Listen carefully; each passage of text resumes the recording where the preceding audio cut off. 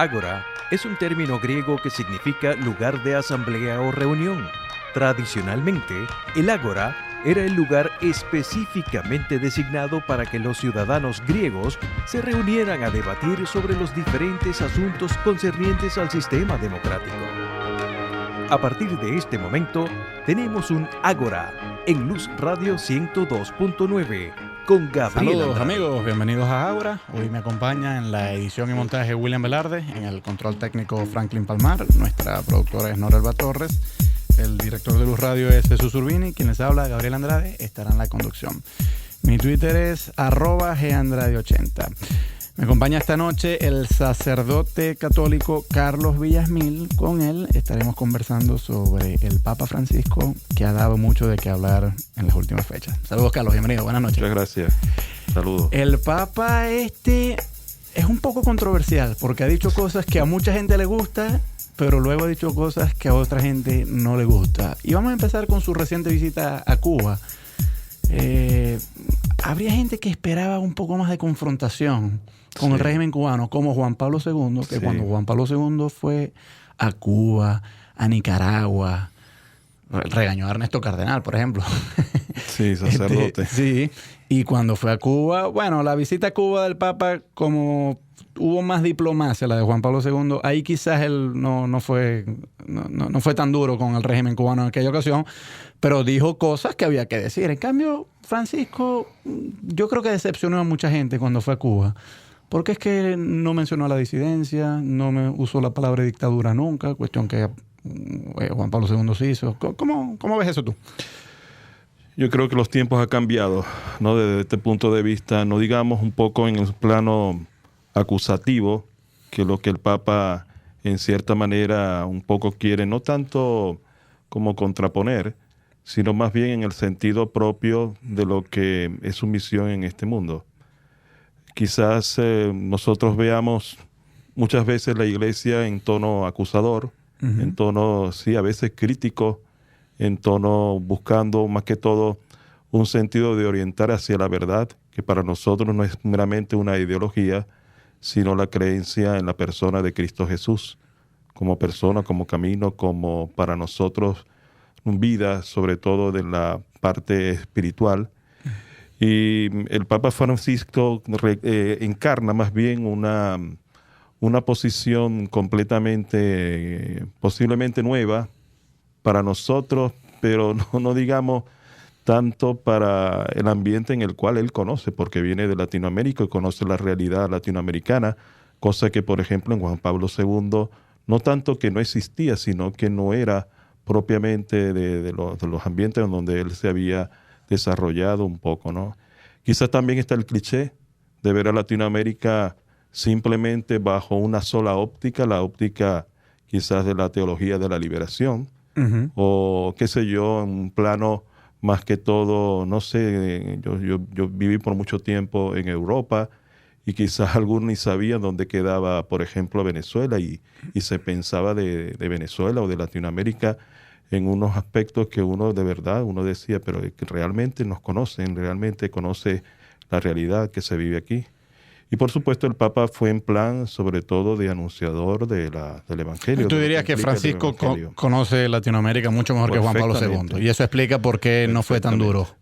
No tanto no fue más duro. Busca la manera de llevar la palabra de Dios en los términos en los cuales él lo dedicó en toda su vida, en la predicación y en la formación. Bueno, pero si un régimen tiene presos políticos, ha habido tortura, no hay libertad de prensa, no hay elecciones libres. ¿Tú no crees que el representante de más de 1.000 millones de personas como es el Papa tendría que decir algo ahí? Sí tiene, y lo ha dicho. No es que no lo haya dicho. No lo haya dicho. Lo ha dicho con una óptica más que todo de convencimiento en el cual es importante buscar la manera de que las cosas realmente se den. Y no simplemente verlo como en un plano acusador sin buscar una perspectiva completamente nueva. No, yo no quiero decir tampoco que el Papa Juan Pablo II fue a hacer el alboroto, como muchas veces decimos aquí en el Zulia, en Maracaibo, y en definitiva no se haga nada. Aquí ha venido un camino. con No, Juan pero Pablo yo creo que Juan Pablo II sí ganó mucho. O sea, que el Claro, comunismo cayó, claro. no digo por él, pero Sí. él contribuyó a eso. Por eso, fíjate tú que cuando yo estaba ahí en Roma, cuando el Papa estaba en Cuba, estaba estudiando, y citó una frase del Evangelio que conmovió. El Evangelio de San Lucas, en la parte que habla del Espíritu de Dios, y decía que el Espíritu de Dios promueve cambios, vientos de cambio definitivos. Y decía que ese cambio debe realizarse en Cuba. Y yo creo que fue muy desafiante bajo este aspecto. Y yo creo que también en Cuba vienen aspectos muy nuevos, renovadores. Y obviamente se derrumba todo aquello que ha venido estando durante muchísimo tiempo. Y yo creo que van a venir tiempos realmente innovadores. Y ojalá que no simplemente sea un cliché, que haya una profundidad en todo esto. A mí en lo particular me molestó que el Papa fuese tan silencioso, pero claro, visto con un poco más de pragmatismo, pues la verdad es que yo creo que uno podría decir que quizás logró más con esa actitud que con una actitud confrontadora, es decir, porque el Papa tiene que usar diplomacia, ¿no? Sí. O sea, si llegaba regañando a todo el mundo de una vez, ahí Sí. no iba a haber cambio, o sea, tiene que haber más persuasión. Aquí debe haber un diálogo, y es lo que él está buscando en gran manera. Y yo creo que lo que se ha hecho en Cuba en relación ahora con las políticas que están surgiendo en relación a la América, en Estados Unidos, yo creo que está trayéndonos a nosotros una nueva perspectiva, que yo no sé si ahora se percibe desde Venezuela, que estamos por caminos que quizás para nosotros son mucho más lamentables que lo que quizás esté sucediendo en Cuba. Y para mí pienso que esto es una cosa que deberíamos nosotros detenernos con mucho ahínco. Pues sí, a no ser que te guste hacer colas, pero a mí no me gusta hacer colas. No me gusta. Mira, Carlos, el Papa, bueno, molestó a alguna gente de derecha porque no habló lo suficientemente fuerte en contra del régimen. Ahora, ha molestado a alguna otra gente porque ha sido muy crítico con el capitalismo, con la desigualdad mundial, y ha habido gente, políticos en Estados Unidos, por ejemplo, que han dicho, bueno, el Papa que se quede en los asuntos religiosos. Esto lo dice Sí, Rick Santorum y otros. La cuestión está allí, que cuando nos toca a nosotros en un sentido de compromiso, no con con un sistema o con un régimen político o con una ideología política, el Papa anuncia el Evangelio. Y ahora no vamos aquí a tildar tampoco el Evangelio como si fuera capitalista o como si fuera comunista. El Papa Juan Pablo II era muy contundente también en contra del capitalismo, como lo fue en contra del socialismo, y no digamos en contra del comunismo, ¿no? Que lo vivió y que lo experimentó. Y entonces... Bueno, lo que pasa es que ha dicho algunas cosas, Francisco, parecidas a las que decía Chávez. Chávez decía, ser rico es malo. Y cuando el Papa estuvo en Cuba, dijo, amen a la pobreza como si fuera su madre. Yo no voy a hablar de la pobreza. Si la pobreza es mi madre, yo quiero ser Orestes. Yo creo que yo la quiero matar. La pobreza no se trata aquí, esa es la cuestión, que uno a veces no sabe, no tanto interpretar, sino que el Evangelio va por una línea mucho más integral. Uh-huh. La pobreza es en un sentido obviamente, de confianza a Dios. La pobreza va más allá en apostar sobre la línea espiritual. La pobreza va más allá de no depender de lo únicamente económico. Pero eso fue lo que dijo Francisco, ¿tú crees? Eso fue lo que él quiso decir. Yo pienso que sí, porque... O sea, pobreza en el contexto en que habló Francisco no es carencia material. En el contexto que habló Francisco. No, que para nadie es ideal una carencia netamente material. Bueno, busca más un sentido de equilibrio. Bueno, yo le voy a dar el beneficio de la duda al Papa, pero creo que debió haber aclarado un poco mejor lo que quiso decir, porque el sentido llano deja entrever que era un mensaje muy parecido al de Chávez, el de ser rico es malo. Vamos a ir a escuchar un tema musical y al regreso seguimos en esta conversación. @GeanRadio80 es mi Twitter. Hoy converso con Carlos Villamil, sacerdote católico, a propósito del Papa Francisco. Y escuchemos de Yacy Velázquez un tema que se llama Llegar a ti. Seguimos en Ágora, @GeanRadio80 es mi Twitter. Esta noche converso con Carlos Villamil, él es sacerdote católico, y el tema que nos ocupa hoy es el Papa Francisco, que ha dado mucho de qué hablar en estas últimas fechas. Carlos, el Papa ha levantado roncha en algunos sectores más tradicionales de la Iglesia Católica por alguna aparente acercamiento al mundo homosexual, a los homosexuales. Es decir, no es que ha permitido la homosexualidad, porque bueno, eso está en la doctrina, eso está en el catecismo, eso no se va a cambiar así de la noche a la mañana, pero sí ha dicho, bueno, no hay por qué juzgarlo. Acláranos qué es exactamente lo que dice el Papa sobre los homosexuales. El Papa no defiende obviamente en sí la homosexualidad. Lo que sí no está de acuerdo en la discriminación y la exclusión y las excepciones de personas en el sentido propiamente peyorativo. Uh-huh. En eso sí está, y en eso yo creo que en el plan... Pero sigue siendo un pecado mortal, pues, dice él. Claro, sí. Un pecado. Y eso implica que el homosexual, si muere sin arrepentirse, va al infierno. Habría que ver. O sea, no se trata de juzgar a la persona, sino la realidad de pecado. Uh-huh. La realidad de pecado. Y aquí el Papa Francisco ha hecho más que todo en defensa de las personas y de brindar de brindar la posibilidad, anunciando obviamente la palabra de Dios a esas personas. Por eso, pero si esas personas no lo aceptan y persisten en su actividad homosexual, el Papa y la Iglesia sigue postulando que esa persona no se salva.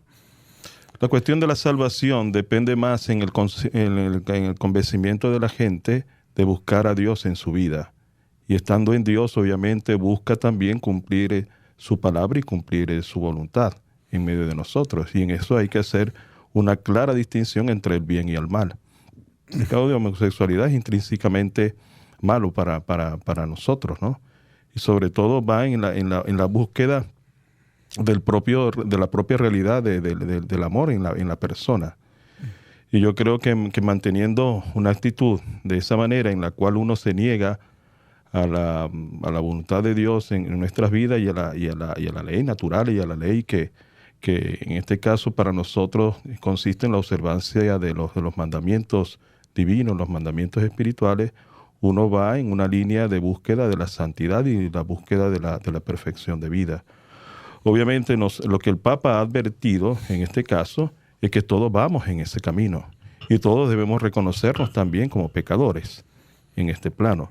Y no alimentemos también el hecho de que porque una persona sea homosexual, a veces la calificamos como si fuesen más pecadoras que otras. Uh-huh. Y en esto el Papa sí emite un juicio de clara conciencia ante Dios y de clara conciencia a lo que Dios le pide a uno en búsqueda de la perfección humana y espiritual. Pero sigue siendo pecado la homosexualidad. ¿Qué hay de toda esa gente dentro del catolicismo que dice, bueno, pero yo soy gay y católico, pues, y busco una conciliación? Recientemente un cura polaco, por ejemplo, salió diciendo que él era gay y bueno, el obispo lo suspendió. Según la doctrina y según tu criterio como sacerdote, esa gente no es realmente católica. La cuestión no es conciliable la homosexualidad. Que no se tome el catolicismo como una especie de partido político, por apartenencia, qué sé yo, a un grupo, apartado o clasista, ¿no? Lo que se busca aquí con esta enseñanza es buscar la realidad específica de la fe. Uh-huh. Si creo realmente en Dios, yo me parto del mal, yo me parto del pecado y busco la santidad. Lamentablemente todos nosotros estamos marcados también por el signo del pecado y de la debilidad, pero la práctica del amor a Dios, la práctica de la fe, nos propone a nosotros también un camino de conversión personal. Uh-huh. Y de conversión también incluso eclesial, comunitaria. Y todos nosotros buscamos ese camino. Yo no puedo quedarme anclado en un pecado mortal, lo que llamamos nosotros, o un pecado habitual. Mi búsqueda en este sentido es la búsqueda de la conversión. Es lo primero que anunció Jesús en su predicación pública. Está cerca el reino de Dios, conviértanse y crean en el Evangelio. Esa es la actitud de cambio y es la actitud en la cual nos lleva cada vez más a buscar el perfeccionamiento interior. Otras denominaciones cristianas, por ejemplo los anglicanos, han tenido mayor apertura incluso a recibir en su clero a homosexuales. ¿Se podría prever que en el futuro hay un cambio doctrinal? ¿Qué tiene que ocurrir para que haya un cambio doctrinal? Había que tener muy claro a ver si es verdad eso. Hay una disputa dentro de la iglesia anglicana. Yo la considero, pues yo conozco muy bien esa realidad también anglicana. O sea que lo que nosotros llamamos las iglesias históricas son aquellas iglesias que realmente han conservado su originalidad histórica. Y lamentablemente en esa iglesia, como la iglesia también católica, ha habido divisiones o sectas o grupos que más bien se han fraccionado y no promulgan totalmente aquello que enseña precisamente la tradición oficial. Me da curiosidad saber, ustedes los católicos, la doctrina, ¿eso es modificable? O sea, el conjunto de artículos que están en el catecismo, ¿eso está así de por vida? ¿O cómo es el proceso para modificar? Por ejemplo, nosotros los venezolanos, la Constitución, bueno, la podemos modificar a través de una constituyente, que se supone que el poder soberano, si se organiza en una asamblea y todo el país la vota, esa modificación la puede haber. ¿Cómo es en el caso de la doctrina católica? ¿Hay posibilidad de cambio o no? ¿O ya todo está inscrito y no hay posibilidad de cambio? Nosotros seguimos aquello que dice la Sagrada Escritura, y en eso uno mantiene también lo que el libro sagrado nos dice, pero no solamente en eso, sino aquello que la tradición de la Iglesia ha constituido como fuente de verdad, al igual que la declaración que mantiene el magisterio eclesial, que estudia desde la base bíblica y de la tradición todo lo que es verdad de fe. Y eso obviamente es inmodificable, porque la verdad es única. Pero corrígeme, porque yo de este tema no sé mucho, pero tengo entendido que algunas cosas sí se han modificado a lo largo de la historia. Algunas cosas se modifican en cuanto, tú sabes que también en cuanto a la verdad uno también crece y uno también cambia. No es lo mismo que lo que creíamos hace 10 años o 20 años atrás que lo que creemos ahora. Bueno, pero entonces eso deja la puerta abierta para que la homosexualidad no sea condenada, por ejemplo. En un futuro. Eso es incambiable. Pero ¿cuál es el criterio para decir estas creencias son incambiables y estas creencias sí aceptan modificación? El modo como nosotros también tratamos a las personas. Bueno, vamos a dejar ese tema para el segmento que viene, porque esto aquí se extiende y quisiera más aclaratoria. @GeAndrade80 es mi Twitter. Hoy converso con Carlos Villasmil a propósito del Papa Francisco y algunos de los temas controvertidos que han surgido a raíz de sus declaraciones y acciones. Escuchemos de Amaya Montero un tema que se llama Quiero Ser. Seguimos en Ágora, @GeAndrade80 es mi Twitter. Hoy converso con el sacerdote católico Carlos Villasmil. Hoy conversamos sobre el Papa Francisco, algunos de los revuelos y entusiasmos que ha generado, y dejamos en el segmento anterior el tema no solamente de la homosexualidad, sino que yo te preguntaba, bueno, ¿cuál es el procedimiento para modificar algunas cosas doctrinales en la Iglesia? Y tú me decías, hay ciertas cosas que son inmodificables. Sí. Entre ellas la idea de que la homosexualidad es un pecado. Ahora, lo que algunos de nuestros oyentes no tendrán claro es, bueno, pero la Iglesia sí ha modificado algunas cosas a lo largo de su historia. Por ejemplo, yo no sé exactamente cuál era el estatuto de la creencia, el estatuto doctrinal de la creencia en el limbo, pero según entiendo, Benedicto XVI, yo no sé si emitió una encíclica o algo así que dijo, no, el limbo en realidad pues no existe o es distinto a como nosotros creíamos que era. ¿Por qué esa creencia sí se pudo modificar, pero por qué la creencia de que el pecado, de que la homosexualidad es pecado, no se puede modificar? Sí, bueno, se va modificando porque se va también avanzando, no tanto en la actitud originaria de la fe, sino más bien en un aspecto en el cual es importante definir las verdades según también cómo vamos creciendo a nivel histórico. Pero vuelvo y repito, eso entonces no deja abierta la posibilidad de que la homosexualidad es incambiable aquello. O sea, ¿y por qué lo del limbo sí fue cambiable y esto no? No es que fue cambiable. Digamos, se aclaró más el término del limbo, de la existencia de un limbo. Nosotros creemos en la salvación integral del hombre. Y en este aspecto, obviamente, uno va avanzando también en una perspectiva en cómo sería la realidad de la resurrección, que no sabemos. No sabemos porque ninguno ha ido a la resurrección y ha vuelto. Es el testimonio de Jesús que debemos aclarar cada vez más en nosotros, ¿no? Y obviamente la Iglesia también crece en el lenguaje y en las expresiones en ese sentido. Pero obviamente la cuestión propiamente de la felicidad entre un hombre y una mujer, en la línea propiamente del amor, eso está muy claro para nosotros. Bueno, hay otros recursos que los que observamos de fuera, los que no somos católicos, nos genera cierta curiosidad, que es, por ejemplo, el recurso de la infalibilidad papal. El Papa ex cátedra no podría un buen día decir, yo desde mi infalibilidad digo que la homosexualidad, y tomo el tema de la homosexualidad porque es el que hemos venido hablando, pero hay muchos otros. La cuestión del divorcio, el aborto, muchas cosas que la iglesia tradicional, la masturbación, que la iglesia tradicionalmente se ha opuesto a eso. El Papa, teóricamente, te pregunto, ¿es posible que el Papa ex cátedra, usando la infalibilidad papal, diga, bueno, ahora la doctrina es que la homosexualidad no es pecado, que la masturbación no es pecado? Primero, el Papa garantiza propiamente la estabilidad en la cuestión del depósito de la fe. Y de tal manera que el Papa no está allí porque ha estado allí de manera improvisada. El Papa tiene condiciones. No, pero por eso digo un escenario hipotético. Yo no digo que es el que vaya a ocurrir, pero jurídicamente sí hay posibilidad de eso. No, porque depende también de las fuentes propiamente de la revelación y lo que la Iglesia ha mantenido durante muchísimos años. Y hay continuidad en este sentido. Pero el problema que yo veo, Carlos, es que, por ejemplo, en un sistema democrático como el nuestro, si un presidente se vuelve loco y empieza a emitir decretos que van en contra de cualquier criterio jurídico, aquí por lo menos, en teoría, yo no creo que en la práctica, pero en teoría está la Constitución. Exactamente, está la Constitución y está una asamblea que le pone freno. En el caso de la infalibilidad papal, o sea, el Vaticano es una monarquía absoluta y según entiendo, el Papa no hay quien le pueda poner un freno a lo que él dicte desde ex cátedra. Tiene bajo sí toda la enseñanza, ¿no? Que no puede modificar porque a él le parece. Yo estoy de acuerdo con eso, pero ¿qué ocurriría? Supongamos un caso hipotético, imaginario, ciencia ficción. ¿Qué ocurriría si un papa se vuelve loco? Enajenado mental. En este caso hay una serie de constituciones y digamos, de la parte de la cuestión jurídica que el Papa también debe mantener con todo rigor. ¿Y qué pasa si no lo mantiene? O sea, ¿qué pasa si un papa se empeña en imponer una doctrina que el resto de los cardenales no lo puede hacer porque siempre está la colegialidad episcopal. El Papa por sí solo no es un autoritario. Entonces el Vaticano no es una monarquía absoluta. No lo es. No.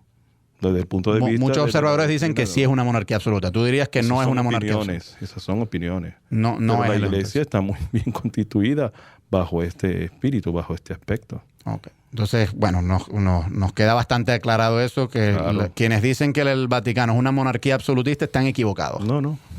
Entonces, en ese sentido, si el Papa impone una cosa, hay un colegio, o sea, hay lo que en Estados Unidos los angloparlantes llaman checks and balances. Fíjate tú que el Papa convoca un sínodo, porque él tiene que escuchar también el parecer y claro, todo. Claro, pero lo que los críticos, los que dicen que el Vaticano sí es una monarquía absolutista, dicen, bueno, es verdad que el Papa convoca sínodos y oye opiniones, pero a la hora de la verdad, si él tuviera un enfrentamiento con el colegio, él tiene los mecanismos de imponerse aún en contra de la opinión de todo el mundo. Los mecanismos jurídicos. Muy difícil eso. Es muy difícil que lo imponga así a buenas a primeras. Yo sí creo que en este sentido la autoridad petrina va en un consenso propiamente de colegialidad. Pues nosotros no somos solamente cabeza, somos cabeza y cuerpo. Y es que yo estoy de acuerdo con todo lo que tú has dicho y yo veo muy improbable que un papa haga esto, pero lo que quiero saber es si jurídicamente se quede esa laguna de dejar la puerta abierta para que un papa imponga algo aún por encima del criterio. O sea, yo estoy de acuerdo contigo en que la historia de la Iglesia no refleja este tipo de cosas, en que la personalidad del papa no va con el autoritarismo. Pero supongamos que en el futuro llega un papa que sí es autoritario o que se vuelve loco, porque eso puede ocurrir. Bueno, pero hay también aspectos en el cual se declara la demencia o la incapacidad del papa y obviamente están los mecanismos para poder buscar el sucesor. Sí los hay, porque yo tenía entendido que no hay forma de sacar al papa del poder. El último papa, Juan Pablo II, hizo una reforma en la elección propiamente del sucesor de Pedro. Ajá. Y en eso admite esta posibilidad. ¿Y habría que un conjunto de psiquiatras que someten se convocaría a una... ¿Cómo se llama? A los cardenales para la elección de un nuevo pontífice. ¿Pero quién declararía loco al Papa en caso de que el Papa se volviera loco? O sea, ¿un equipo de psiquiatras? No, hay mecanismos dentro de la dinámica propiamente canónica en la cual, digamos, lo que se llama el decano de los cardenales y todo eso convocaría nuevamente a una elección papal declarando la incapacidad de en este caso, pero eso no es tan fácil. Digamos. No, claro, bueno, no es fácil en una república, me imagino que mucho más. Es muy extraordinario, pero sí existen los estatutos para... Sí existen. Que cuando existe esa posibilidad... Bueno, te agradezco que me hayas aclarado esto, porque yo tenía entendido que no existían. Eso ha sido porque cuando el Papa Juan Pablo II estuvo muy enfermo, se previó toda esta posibilidad. Vamos a ir a escuchar un tema musical y ya regresamos. @GeAndrade80 es mi Twitter. Seguimos en Ágora, @GeAndrade80 es mi Twitter. Hoy converso con el sacerdote católico Carlos Villasmil a propósito del Papa Francisco y, bueno, de algunas de las controversias que este Papa ha suscitado. También aparentemente ha dicho algunas cosas el Papa, Carlos, a propósito de los divorciados. ¿Qué es lo que exactamente ha dicho sobre ellos?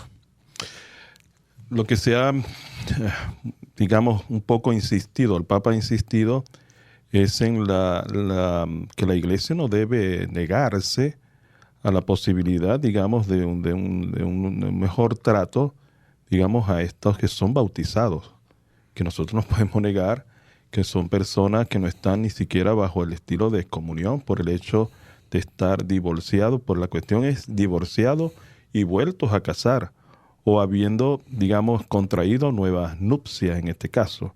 La Iglesia solamente acepta una sola nupcia hasta que la muerte los separe. Y en este sentido se está buscando la manera de encontrar un mejor acercamiento a ellos desde el punto de vista pastoral y no verlos simplemente como alguien como si estuviera fuera de la Iglesia o que se sintieran rechazados precisamente por la comunidad eclesial. Estos cristianos tienen todos los derechos y deberes propiamente de un fiel creyente. Pero supongo que es en el mismo caso que lo de la homosexualidad. Siguen estando en pecado mortal quien se haya divorciado. El que se haya divorciado y vuelto a contraer nupcia. O sea... Pero el que se haya divorciado sin volverse a casar está bien. Está en gracia. El que se haya divorciado simplemente sí. No, está bien. O sea, si no haya contraído nuevas nupcias. La cuestión allí es defender sobre todo el vínculo matrimonial, que tiene dos propiedades importantes, la unidad del matrimonio y la indisolubilidad específica del vínculo. Tengo entendido que la Iglesia ha casado divorciados por lo civil. Es decir, gente que se casó no por la Iglesia, sino por lo civil, se divorció y se vuelve a casar ahora sí por la Iglesia, porque es la primera vez que se casan por la Iglesia. La Iglesia no considera a esas personas que están en pecado. Porque considera válido solamente el vínculo sacramental. O sea, para la Iglesia el matrimonio civil no le dice nada. No. O sea, que alguien, por ejemplo, como la reina Leticia de España, que ella se había casado primero antes de casarse con el rey. Sí, considera eso como concubinato, pero no lo consideró nunca como un matrimonio. Pero el concubinato también es un pecado para la Iglesia. Sí, por eso. Pero se puede absolver. Se puede absolver. ¿Y qué? ¿A través de una confesión? La cuestión no es de los divorciados vueltos a casar de absolver o no. Es que ha contraído un vínculo y en este sentido se está estudiando la manera de cómo poder, no tanto absolver eso, sino de que, digamos, la pena canónica fuese desde otro punto de vista. Porque ¿cuál es digamos, la privación? ¿Cuál es en cierta manera, la prohibición? No pueden confesarse, no pueden obtener la absolución. Y no podrían comulgar tampoco a nivel sacramental. ¿Por qué? Porque mantiene un vínculo, o sea, mantiene otro vínculo, o sea, es adulterio, porque mantiene otra persona que no es su esposo o su esposa. Porque el matrimonio no se destruye, al menos que se declare que no sea efectuado. Por eso pero eso es un recurso que yo creo que a veces se ha abusado. Exactamente. Porque mucha gente quiere disfrazar un divorcio como si fuera es que ese matrimonio nunca se consumó, sí, pero no. Hay toda la evidencia de que sí se consumó. Y el Papa ha querido que los procesos sean muy claros en ese sentido y más bien mucho más expeditos que en ciertas ocasiones, porque allí hay una fuente a veces hasta de mal procedimiento y de corrupción en este aspecto. Entonces se genera otro tipo de pecado también en ese aspecto. Entonces el Papa pide más en sentido específico de la caridad al respecto. Y lo que ahora busca este sínodo, que todavía se está realizando, es buscar la manera de cómo enfrentar las nuevas situaciones. Yo creo que una cosa, y esto puede quizás crear polémica, yo lo he dicho, es que en el futuro comulgaríamos simplemente quizás los sacerdotes y las religiosas. Porque ¿qué pasa? Que no nos hemos casado por la iglesia, pero no podemos decir que somos más o menos pecadores que los demás. Hay otras cosas que grupos reformistas dentro de la iglesia quieren adelantar y, bueno, no está muy clara cuál es la reacción del Papa y te quiero preguntar, por ejemplo, el celibato. ¿Eso es inmodificable como la cuestión de la homosexualidad o ahí sí puede haber más apertura? Sí, es modificable, pero digamos así, algunos lo han interpretado como una disciplina eclesiástica, incluso no depende específicamente del sacramento del matrimonio, del sacerdocio, pero sí es claro, importante advertir que si nosotros actuamos en persona de Cristo, el sacerdote, entonces lo debemos imitar en todo, incluyendo la realidad propiamente de la opción celibataria. Bueno, pero hay muchas otras cosas que Jesús hizo, qué sé yo, andar en burro o caminar descalzo que ustedes no hacen. O sea, me parece muy arbitrario seleccionar unos criterios. Yo voy a seguir a Jesús en esto, pero en esto otro no. O sea, ¿cuál es el criterio para decir estos son las características que yo voy a seguir, pero estas otras no? La cuestión es esa, o sea, tampoco estamos viviendo en la época de Jesús desde el punto de vista histórico, pero sí en la opción propiamente de consagración, ¿ok? Y de donación también a un servicio, en este caso eclesial. Ahora... Pero en todo caso, la puerta sí quedaría abierta. No. Un papa en un futuro sí se podría plantear derogar el celibato. No digamos el papa, porque si no estamos absolutizando el poder del papa. Sí. Si hablamos de poder. Tienes razón. Porque es allí donde está quizás a veces el criterio un poco fallando. El papa no actúa a nombre propio o en criterio unipersonal. Estamos hablando en un sentido propiamente eclesial. No. Y esto no es fácil de asumirlo. Y simplemente, obviamente, estamos en un camino de crecimiento cada vez más y de búsqueda de la mejor imitación al Señor en este sentido. Bueno, Carlos, te agradezco el haber venido aquí, muchas de las aclaratorias. Yo me voy con algo nuevo aprendido, porque siempre había yo leído en los libros que los propios sacerdotes católicos aceptaban que el Vaticano es una monarquía absoluta. Tú has venido aquí a decir que no, y te agradezco que hayas expuesto eso. Cuando quieras regresar, acá te esperamos. Ay, cómo no, con mucho gusto. Gracias a William Velarde, que estuvo en la edición y montaje, Franklin Palmar en el control técnico, Norelba Torres es la productora de este espacio, Jesús Urbina es el director de Luz Radio, y quien les habla, Gabriel Andrade, estuvo en la conducción. Mi Twitter es @GAndrade80 y nos vamos con un tema de Luis Fonsi que se llama Llegaste tú.